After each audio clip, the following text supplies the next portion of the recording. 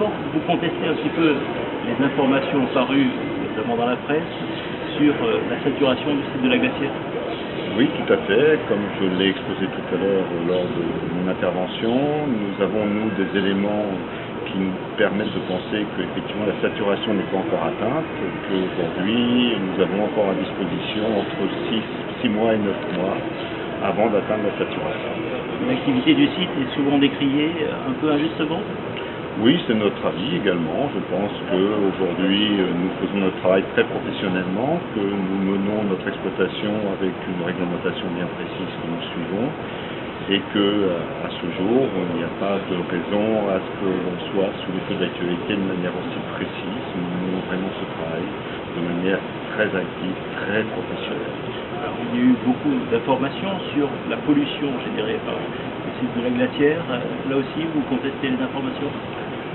Oui, je crois il y a toujours exagération lorsque nous avons eu affaire à des déclarations de certaines personnes dans les journaux notamment, et principalement dans les journaux.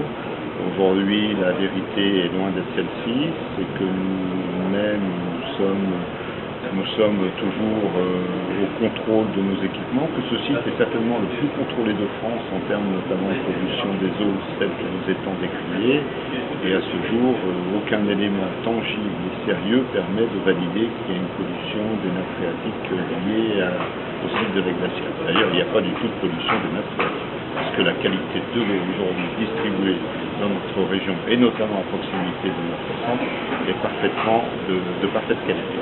Alors, même si ce n'est pas à cause de ça, le sous-préfet de Grasse a annoncé la fermeture anticipée du site de la glacière. Pour vous, la date n'est pas encore fixée, déjà. Non, alors de manière anticipée, je pense qu'il a prononcé un mot qui est assez exact malgré tout, dans le sens où initialement nous pensions pouvoir saturer cette unité aux alentours de fin 2010. Aujourd'hui, compte tenu des contraintes qui nous sont imposées, et malgré les études que nous avons menées mais qui ne sont pas retenues aujourd'hui, la fin programmée est plutôt avant fin 2009. Donc effectivement, on peut déjà imaginer que c'est une fermeture anticipée. Pourtant, aujourd'hui, la mobilisation s'accentue. Hier, une réunion publique a eu lieu en mairie de Villeneuve-Loubet et les participants à cette réunion réclament la fermeture immédiate du site. Oui, nous le savons très bien, et là nous nous référons, nous, à l'État, qui nous dira exactement ce qu'on a à faire. C'est-à-dire que si on nous oblige à fermer, nous le ferons, bien sûr, puisqu'on respectera les décisions, je dirais, de l'État, de monsieur le préfet. Si par contre notre voix est entendue, je pense que réglementairement, on a cette capacité à prolonger pendant quelques mois la vie du site. Vous n'avez pas peur d'actions presque violentes qui risquent de s'organiser aux abords du site, puisque certains voulaient empêcher par la manifestation musclée l'accès au site? Écoutez, je ne pense pas que la responsabilité des gens soit telle qu'elle aille vers ce chemin. Je crois que les gens sont quand même adultes et responsables et comprennent que chacun doit mener, pas son combat, mais même s'ils ont un combat à mener, nous le respectons d'ailleurs ce combat, parce que nous comprenons très bien leur grief. Malgré tout, nous sommes une entreprise industrielle, nous faisons notre travail, et je ne vois pas pourquoi il y aurait des débordements aussi actifs que ceux que vous laissez présager. Et nous sommes toujours là pour discuter, la porte est ouverte, nous sommes prêts à écouter l'ensemble des associations en permanence. La porte du site leur est ouverte. Alors le député de la circonscription, Lionel Lucas, lui aussi milite pour une fermeture immédiate du site.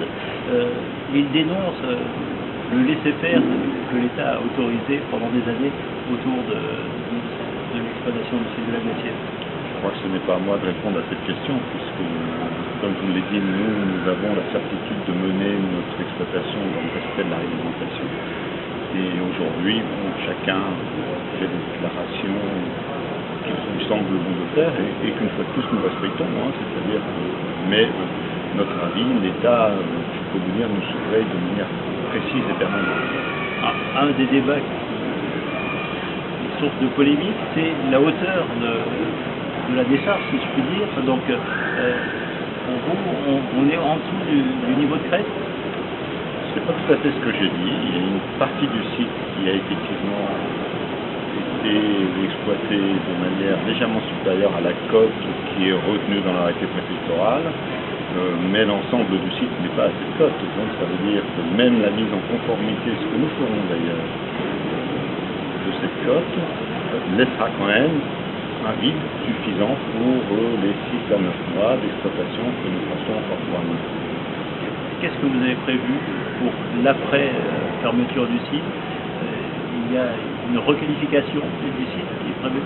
Oui, tout à fait. Ce site ne sera pas laissé à l'abandon, bien au contraire. Sachez que nos obligations réglementaires, c'est d'effectuer un réaménagement bien précis, bien clair et en accord avec les services de l'État d'ailleurs pour ce site, et notamment ensuite un suivi post-exploitation pendant 30 ans où nous sommes chargés et obligés d'assurer ce suivi de telle manière qu'aucun élément ne puisse venir troubler l'environnement. Vous prévoyez quoi exactement comme requalification? La requalification, en fait, il faut savoir que pendant 30 ans, ce site est gelé. C'est-à-dire que nous avons une obligation de réaménagement pour le réintégrer au mieux dans l'espace naturel qui est à proximité. Et ensuite, je vous dis simplement de contrôler les éléments qui continueront à se produire, notamment le gaz, par exemple, sur lequel on a une obligation de suivi. Aujourd'hui, vous envisagez d'autres types de solutions pour la gestion des déchets? Écoutez, bon là, vous rentrez dans un domaine un peu confidentiel, donc sur lequel je ne connais pas de réponse précise. Sachez simplement que notre groupe, bien sûr, mène des réflexions sur des moyens de traitement différenciés, puisque l'évolution du type de traitement aujourd'hui est telle qu'on peut trouver d'autres solutions que celles qui existent aujourd'hui.